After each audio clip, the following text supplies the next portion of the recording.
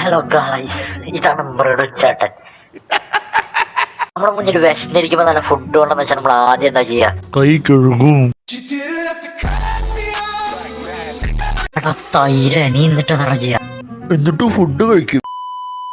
നോക്കണ്ട, ഫസ്റ്റ് നമ്മൾ ഇതിനെ മണത്തോക്കണം. ഇവിടെ എന്താണ് പട്ടിയാണോ മണക്കാൻ? എന്നിട്ട് നിങ്ങളുടെ വെള്ളത്തിന്റെ കളർ നോക്കണം.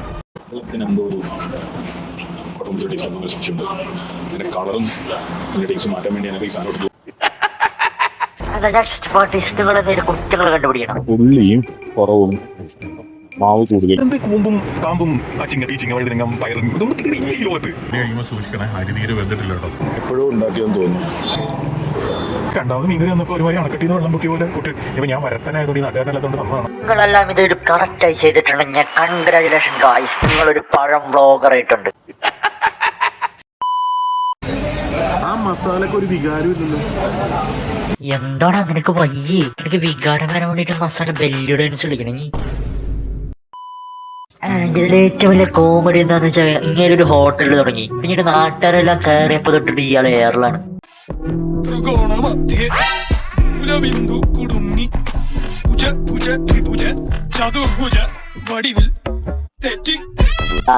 അതവിടെ വളർത്തണ ചേട്ടാ. എടുത്തോണ്ട് വന്ന തോന്നി. ഇന്ന് ഈച്ച കൂടുതലാണല്ലോ. ഞാൻ പറയുന്നത് ശരിയല്ല. ധർമ്മയും പറയുന്ന ഡയലോഗ് ഓർമ്മ. ഈച്ചത് ഞാൻ വളർത്തണ ഈച്ച. എന്ത് പിടിക്കാനാണോ താൻ എല്ലാ ഹോട്ടലിലും ഒരു ഹൈജീൻ എന്ന് പറഞ്ഞിട്ട് തുടിക്കണ്ടായിരുന്നു. ഇവിടെ ആയാലും വൃത്തി വലിയൊരു പ്രശ്നമാണ്.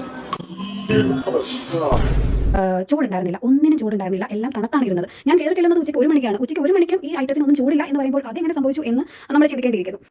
ഇതിന് ഇങ്ങനെ കൊടുത്ത മറുപടി ഇട്ടിട്ട് തലച്ചോറ് വരെ ഊരിപ്പോന്നു. ഇവിടുത്തെ ഫുഡ് എല്ലാം സ്റ്റോർ ചെയ്യുന്ന ബേൻമേരിയിലാണ്. ബേൻമേരി എന്ന് പറഞ്ഞു കഴിഞ്ഞാൽ അതൊരു ഫ്രഞ്ച് വാക്കാണ്. ഒന്നുമില്ല, മേരി ആൻഡ് കരമേ, അതാണ് നെപ്പോളിയൻ ബോണോപാർട്ടിന്റെ പേസ്ട്രി ഷെഫ്.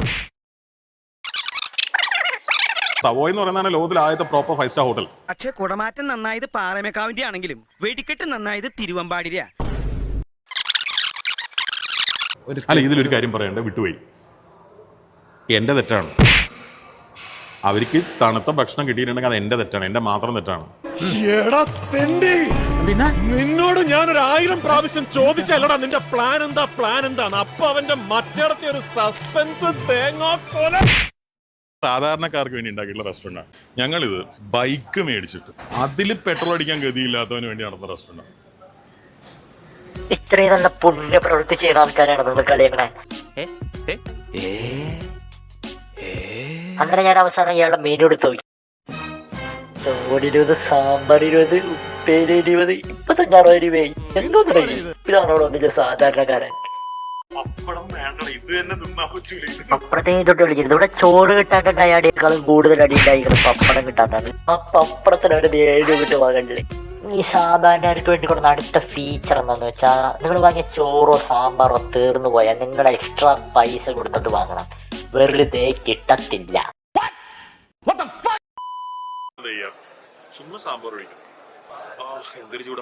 ആ സാമ്പാറിന്റെ ക്വാണ്ടിറ്റി കണ്ടില്ലേ? ഇതിനുമ്പോ സ്പൂൺ എടുത്ത് കോരി കൊടുക്കണായിരുന്നു. ബാക്കിയുള്ള ഹോട്ടലിൽ പോയിട്ട് കറി എടുക്കണ കാണണം.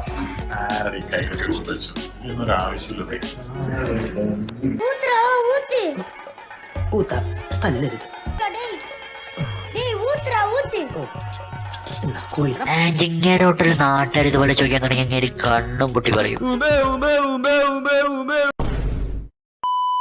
10 പീസുള്ള പൊട്ടറ്റോ ചിപ്സ് 1 രൂപയ്ക്ക് കിട്ടും. അത് കളർ പാക്കറ്റിലിട്ട് പരസ്യം ചെയ്ത് 10 രൂപയ്ക്കല്ലേ അവർ വിൽക്കുന്നത്. ഇവന്റെ കാര്യത്തിൽ അത് നേരെ തിരിച്ചാ. 1 രൂപ അച്ചാർ വാങ്ങിയിട്ട് അത് പൊട്ടിച്ചിട്ട് 5 രൂപയ്ക്ക് കൊടുക്കും. ഈ അച്ചാറിൽ കോട്ടിക്കിട്ട് അന്നാ നീ അച്ചാർ ചോറിൽ മുക്കിട്ട്. നിങ്ങളൊരു കാര്യം ഓർക്കണം, ഇതൊക്കെ സാധാരണക്കാർക്ക് വേണ്ടിയാണ്. ഗ്രേപ്പ് ജ്യൂസ് മേടിച്ചു. സ്ട്രോ അതിന്റെ കൂടെ കിട്ടൂല. 1 ഉറുപ്പിക കൊടുത്ത് സ്ട്രോ വേറെ മേടിക്കണം. പിന്നെ കൂച്ചാൻ വേണ്ടിട്ട് സ്ട്രോ ഞങ്ങൾ വേറെ വാങ്ങണം. എന്റെ പട്ടി എന്ത് പറ്റി? പട്ടി അച്ഛനാടി. കൊച്ചിയിലെ ഒരു ഹോട്ടലിൽ തേങ്ങാ ചമ്മന്തിക്ക് പ്രത്യേകം വില. ചമ്മന്തിക്ക് ബില്ല് രേഖപ്പെടുത്തിയിരിക്കുന്നത് 8 രൂപയാണ്. നോക്കുന്നതിൽ സ്നാക്സ് ചട്നി എന്ന് കൊടുത്തിരിക്കുന്നത് 8 രൂപ. Hey, I've seen this one. This is a classic. എന്നാലും എന്റെ മൃണാലണ ഇത് ഇത്തിരി കൂടി പോയില്ലേ? ഈ ഒരു സ്നാക്സിന് ബോഡി ബജി എന്നാണ് പേര്. ഇതിന്റെ ഒരു കോമഡി ആണ്. ഇത് ഞാൻ സ്നാക്സ് ചട്നി 8 രൂപ. സാധാരണക്കാർക്ക് വേണ്ടി ഉണ്ടാക്കിയിട്ടുള്ള റെസ്റ്റോറൻ്റാണ്. സ്ട്രിക്ട്ലി സെൽഫ് സർവീസാണ്. നിങ്ങൾക്ക് ഒരു ഗ്ലാസ് വെള്ളം വേണമെങ്കിൽ നിങ്ങൾ അവിടെ പോയി എടുത്തോണ്ട് വരണം. നിങ്ങൾക്ക് ചായ വേണമെങ്കിൽ അവിടെ പോയി ബില്ല് ചെയ്തിട്ട് ഇവിടെ മേടിക്കണം, ഈ കൗണ്ടറിൽ മേടിക്കണം. നിങ്ങൾ കഴിച്ചുകൊണ്ടിരിക്കുക അച്ചാർ ജസ്റ്റ് അച്ചാർ അവിടെ വരെ പോയി ബില്ല് ചെയ്ത് അല്ലെങ്കിൽ QR കോഡ് സ്കാൻ ചെയ്ത് ബില്ല് ചെയ്യാം, പോയി കളയാം. ഒരു കപ്പ് ഒരു വെള്ളം ഒന്നുമില്ലാത്തൊരു സെറ്റപ്പ്. സാധാരണക്കാർക്ക് ഭക്ഷണം കഴിക്കണമെങ്കിലേ കൗണ്ടറിൽ പോയിട്ട് കെഞ്ചണം. ഇതൊരു കൃഷിക്കാരനുണ്ടാക്കിയത് അയാൾ അധ്വാനത്തിന് കഴിയണം. അതുകൊണ്ട് തന്നെ വേസ്റ്റ് ചെയ്യാൻ പറ്റില്ല. ഈ ബീഫ് ഈ പോത്തിന് ആരോ കഷ്ടപ്പെട്ട് വളർത്തിയതാണ്. ഈ കായ ആരോ കഷ്ടപ്പെട്ട് വളർത്തിയുണ്ടാക്കിയതാണ്.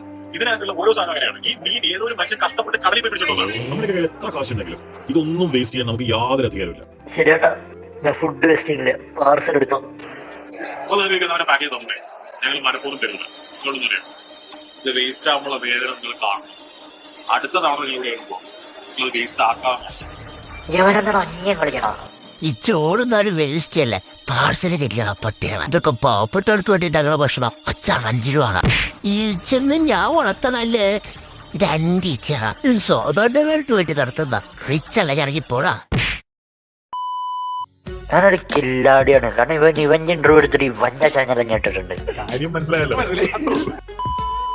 അതായത് ഒന്ന് ആലോചിച്ച് നോക്കൂ, നിങ്ങൾക്ക് നിങ്ങളുടെ ജീവിതത്തിൽ എന്തായാലും ഒരുപാട് കാര്യങ്ങൾ ചെയ്യാൻ ഉണ്ടാവില്ല. ഒരുപാട് ഒരു പണിയും നിങ്ങൾക്ക് ഇല്ലെങ്കിൽ നിങ്ങൾക്ക് പഴയ സുഹൃത്തിനെ വിളിക്കുകയും ചെയ്തൂടെ? ഒന്ന് ഫോണില് ഹലോ ഹലോ എടാ, ഞാൻ പക്രുവാനാടാ, നിന്റെ പരീക്ഷയിൽ പഠിച്ചിട്ടുണ്ട്.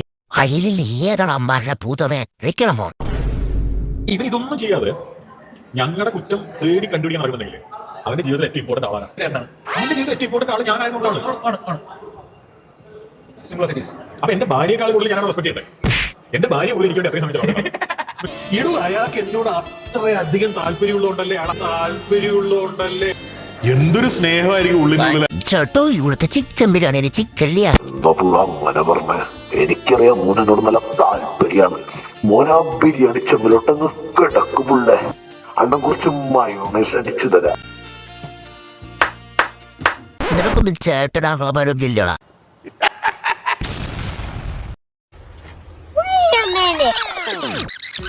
പക്ഷെ അത് ഭയങ്കര അടിപൊളിയായിരുന്നു കേട്ടോ നിങ്ങളിപ്പം പറഞ്ഞു. ഓ, ഇന്റർവ്യൂ തിന്നതോടെ നന്ദി കാണിക്കണ്ട്. ഞങ്ങളുടെ ജീവനാണ്, ജീവന്റെ ജീവനാണ്. ഒന്ന് പറയാം. ജീവിതത്തിൽ ഏറ്റവും ഇമ്പോർട്ടന്റ് ആളാരാ? ചേട്ടനാണ്. അവന്റെ ജീവിതത്തിൽ ഏറ്റവും ഇമ്പോർട്ടന്റ് ആള് ഞാനായതുകൊണ്ടാണ്. ആണ് കണ്ണിലുണ്ണിയാണ്. അപ്പൊ ഇന്നത്തെ വീഡിയോ എത്രയുള്ള ഗായ്സ്. ഇനി കുറച്ച് അപരാധം റീൽ റോസ് കാണുന്ന ചാനൽ ഇട്ടിട്ടുണ്ട്. അത് ഞാൻ വീഡിയോയുടെ 5 കൊടുത്തേക്കാം. അപ്പൊ എല്ലാവർക്കും ബൈ ബൈ.